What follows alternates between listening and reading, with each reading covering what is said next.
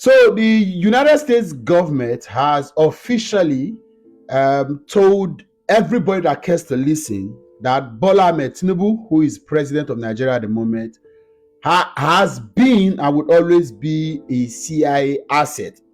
What that means is that yes, his name, his records are in the CIA books, and of course, he's got cases to answer. However, because of the current situation of his brand and office, it will be a case of threat to national security of both nations if they release the asset to everybody. So at the moment, Nigerians may not have. Of course, there is freedom of information that you can access, but it will be a threat to national security. Again, underline threat to national security to releasing the information on his data. They say in further analogy that yes, the Net 92 and several other drug cases are still very, very much active. Is an active asset of the CIA.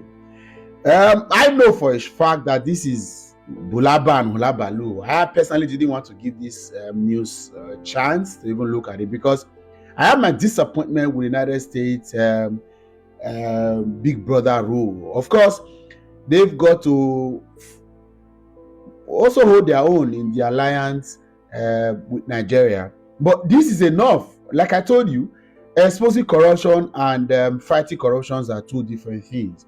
What we have now as respect is the fact that it is confirmed that this guy has drug dealings that are undeniable. And U.S. government or the CIA is saying that yes, Bola Ahmed Tinubu is an active asset, and Tinubu himself cannot deny that. Obviously, the dangers are that we have allowed someone who has very questionable character, who are dealt with businesses around the world that is prohibited around the world, to have access to our national treasury and national brand. What this means, by and large, is that all Nigerians are now being tagged as someone who has very questionable characters. Whatever you do, whichever company you work, whichever country you're in at the moment, people are going to look at you with varying outlook. As I talk to you personally, as someone who lives in the diaspora in the last couple of months, it has had to be a lot of personal push beyond just the spectrum of where you come from to be able to be given some level of acceptance, so to speak. When I mean acceptance, talking about believing your character, that you are true. Every now and then, there is so much of probing. Everything you say has to be backed up. People just sending various form of letters and credentials and results. But by and large, everybody has to look at you again as long as you are from Nigeria. And it's unfortunate. We hope that we do not make the mistake we have made. However, let me read a portion of the Sahara Reporter's post, or news that is on their blog. Recall that last year the court declined an emergency application seeking to compel top U.S. law enforcement agencies to hasten the release of confidential information on President Bola Ahmed Tinubu. United States law enforcement agencies have insisted Nigerians have no right unfettered access to President Bola Ahmed Tinubu's past record. It means, of course, that it is liable and there are issues they are trying to cover.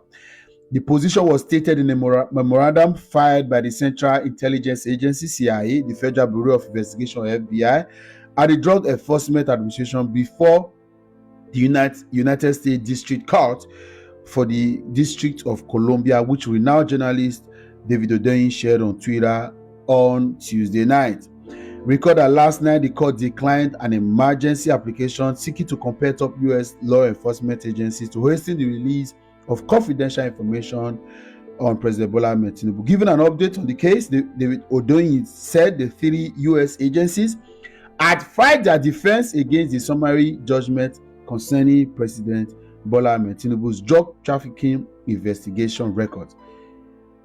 The journalist wrote, yesterday, Monday, in federal court, the CIA, FBI, and DEA filed a memorandum opposing our motion for summary judgment in the Freedom of Information Agency disclosure or Act disclosure case about President Bola Ahmed Tinubu's drug trafficking case investigation records, where we are seeking to have the redactions removed from the partially released files.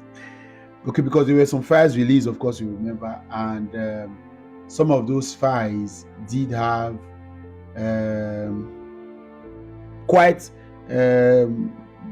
not so clear distortions.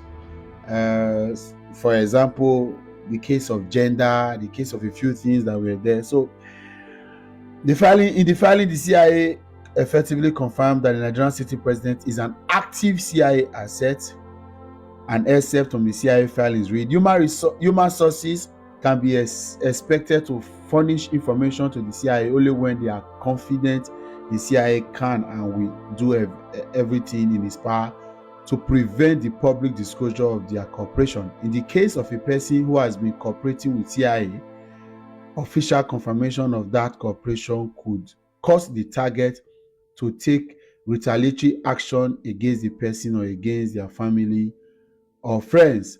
It also places in jeopardy every individual with whom the cooperating individual has had contact. Thus, the indiscretion of one source in a chain of intelligence sources can damage an entire spectrum of sources. As such, confirming or denying the existence of records on a particular foreign national like Tinubu reasonably could be expected to cause damage to the US national security by indicating whether or not the CIA maintained any human intelligence sources related to Tinubu and identifying his access or lack of access any such sources had to intelligence concerning him. And if that wasn't bad enough, the DEA's filings included a paragraph that literally said, "We oppose full or redacted disclosure of the DEA's Bola Tinubu's heroin trafficking investigation records because we believe that while Nigerians have a right to be informed about their about what their government is up to, they do not have a right to know what their president is up to." At this point, I think there is nothing more to be said about the direct role that the US government plays in ensuring that Africa is currently destabilized and afflicted with terrible leaders who create poverty and devastation. So, at the moment, what that means is that, yes, the DEA was the one that actually created the indictment. And then they said, according to them, that they acknowledge there is an investigation of heroin trafficking, but they will not allow Nigerians to have access to it. Yes, you can have access to what your government is up to, but you cannot have access to what your president is up to. And the president has been cooperating, according to the CIA. He has been cooperating. I'll stop there.